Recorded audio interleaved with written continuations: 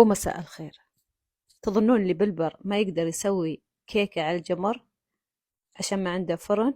لا يقدر، وبطريقة جدا سهلة ولذيذة. تعالوا أوريكم المقادير. هنا أول حاجة عندي قدر، حبيت استخدم قدر ما استخدم صينية عشان الكل يقدر يسويها. قدر الكبسة، وهذه المقادير واضحة معكم: 3 بيضات، فانيليا، وكوب سكر. تقدرون تحطون نص كوب سكر عادي للي ما يحبها حالية.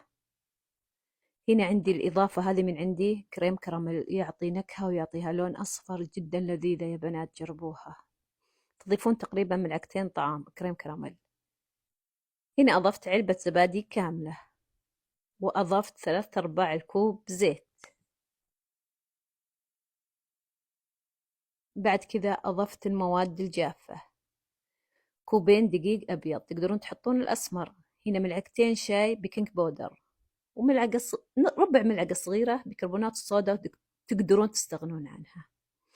هنا عندي القوام صار ثقيل، خلطته تمام. أضفت نص كوب حليب دافي، تقدرون تستخدمون حليب الإبل. أمزح. شوفوا كذا يعطيكم علامة الفوينكة تختفي تماما. خليط جدا ناجح. نصبه بالقدر،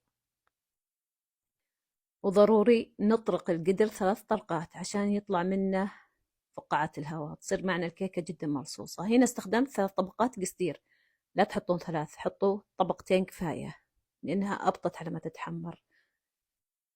حطيت فوقه الفحم وحطيته على المنقد، وجلست تقريبا 40 دقيقة. هنا حسيت، فتحت شوي، حسيت الكيكة استوت. بعد 40 دقيقة حطيته على الطاولة، تركته يتحمر من فوق بس. وهذا كان شكل الكيكة، تحمرت من فوق وتحت. وما شاء الله تبارك الله يا بنات، الريحة تجنن، ريحة الكريم كراميل مرة تجنن بالكيكة. وقوام الكيكة والله اسفنجي، طرية لذيذة. جربوها.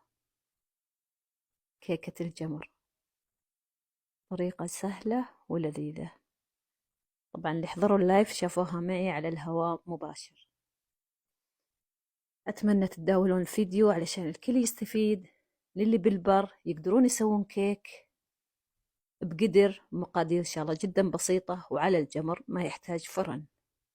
وبطلعاتكم إن شاء الله الشتوية وبالعافية.